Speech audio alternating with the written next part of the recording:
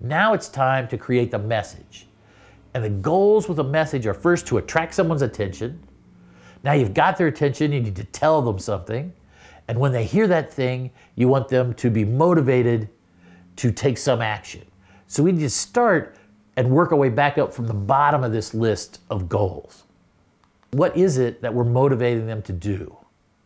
Ultimately, what do we want to have happen? Ultimately, we want them to sign up for a hunter or angler training program.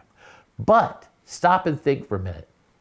After they're exposed to this message you're crafting, can they actually sign up? Or is there something else that you really need them to do? Maybe they're going to visit a website. Maybe they're going to dial a phone number. I don't know what situation this is because we don't know what sort of message we're talking about. But whatever that action is that they can actually take at the end of the message, that's a call to action. You want one call to action per message, and you want 100% of that message to be dedicated to encouraging someone to take that call to action.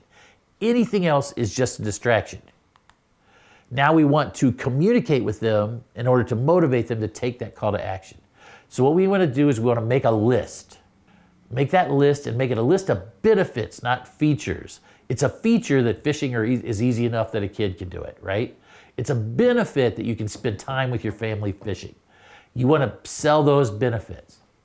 And the best benefit of all is a benefit that only your offering has. So if you believe that fishing is competing with water skiing and tubing and sunbathing for participants, then you want to look for the benefits that fishing has that the other things don't. And one of those is your unique selling proposition, and that is your best benefit of all and the big thing that you want to sell. A little bit of take home. Keep your message simple. Here's a message about a car. Here's a message about a car. What do you remember about the first car?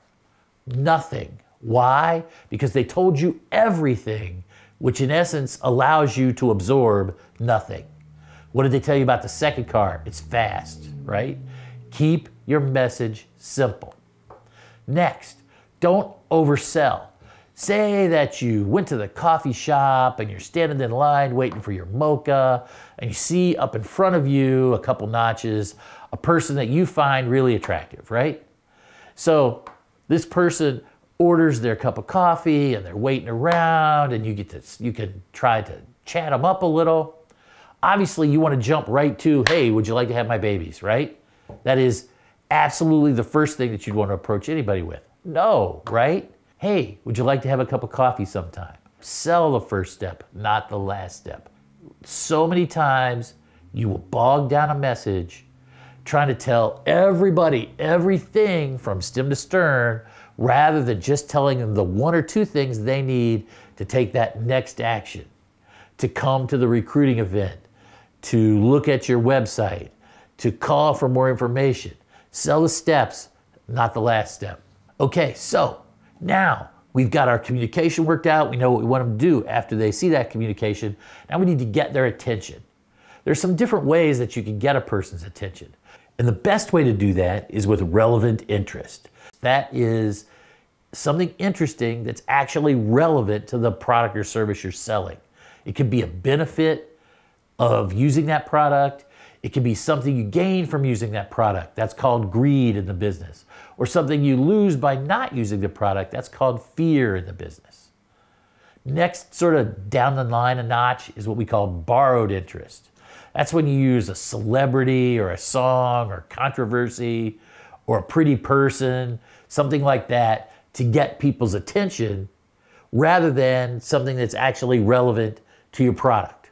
Last on the totem pole is just simply standing out graphically. A black and white ad in a sea of color, a silent TV ad, a clean white design, a unique image. Now those are not bad things, but wouldn't you rather that someone looked at your ad for a reason that helps sort out the right people rather than you just know how to make an ad that pops off the page?